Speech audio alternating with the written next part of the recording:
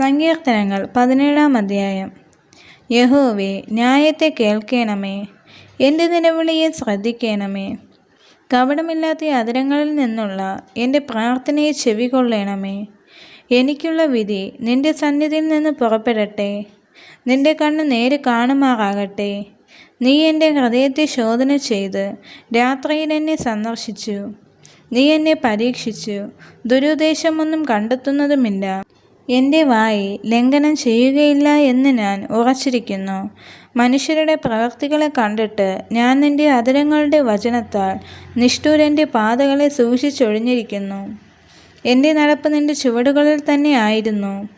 എൻ്റെ കാൽ വഴുതിയതുമില്ല. ദൈവമേ, ഞാൻ നിന്നോട് അപേക്ഷിച്ചിരിക്കുന്നു. നീ എനിക്ക് ഉത്തരമരുളുമല്ലോ. നിൻ്റെ ചെവി എങ്കിലേക്ക് ചായ്ച്ച് എൻ്റെ അപേക്ഷ കേൾക്കണമേ.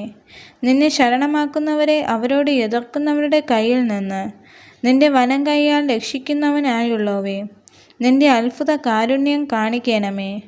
കണ്ണിൻ്റെ കൃഷ്ണമണി പോലെ എന്നെ കാക്കണമേ. എന്നെ കൊള്ളയിടുന്ന ദുഷ്ടന്മാരും എന്നെ ചുറ്റിവളയുന്ന പ്രാണശത്രുക്കളും എന്നെ പിടിക്കാതെ വണ്ണം നിൻ്റെ ചിറകിൻ്റെ നിഴലിൽ എന്നെ മറച്ചു കൊള്ളണമേ. അവർ തങ്ങളുടെ ഹൃദയത്തെ അടച്ചിരിക്കുന്നു, വായ് കൊണ്ട് വമ്പ് പറയുന്നു. അവർ ഇപ്പോൾ ഞങ്ങളുടെ കാലടി തുടർന്ന് ഞങ്ങളെ വളഞ്ഞിരിക്കുന്നു. ഞങ്ങളെ നിലത്ത് തള്ളിയിടുവാൻ ദൃഷ്ടി വയ്ക്കുന്നു.